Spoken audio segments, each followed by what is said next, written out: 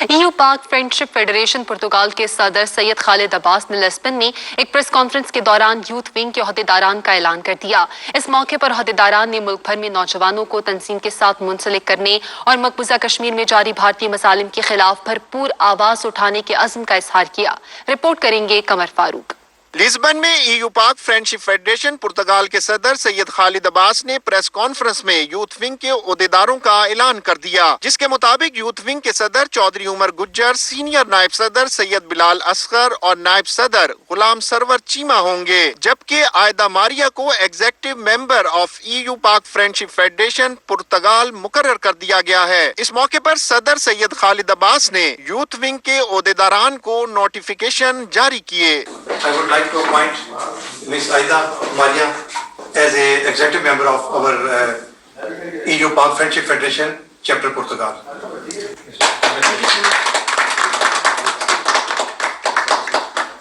Youth wing के लिए जी हम अपॉइंट करते हैं चौधरी उमर फारूक गुज्जर साहब को as a president EU Pak friendship federation पुर्तगाल चैप्टर।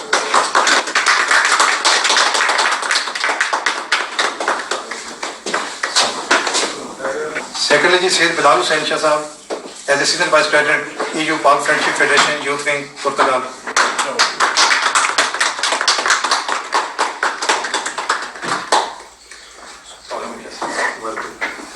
और थर्ड जी as a vice president Ghulam Sarwar Cheema साहब।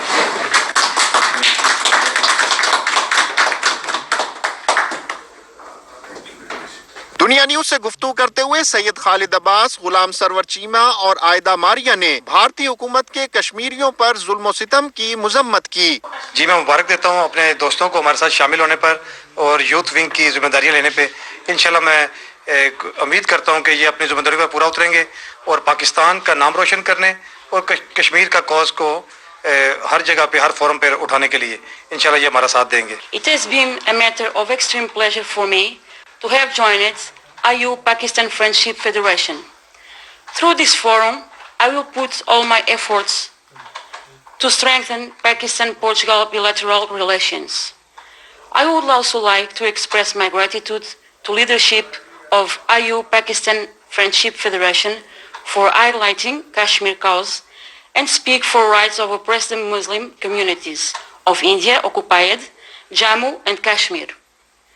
I express my earnest desire and commitment to stand along members of organization and speak for ongoing human rights violations of persecuted minorities in India and Kashmir under fascist Indian leadership. Thank you for giving us the responsibility and nominate me as a Vice President of EU Park Federations. I will do my best to take the efforts for these federations.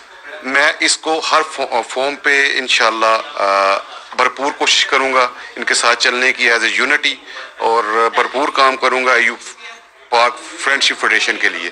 EU پاک friendship federation Portugal کے عہدیداران نے تمام communities سے 5 اگست کو Lisbon میں بھارتی سفارت خانے کے سامنے ہونے والے مظاہرے میں شرکت کی اپیل کی۔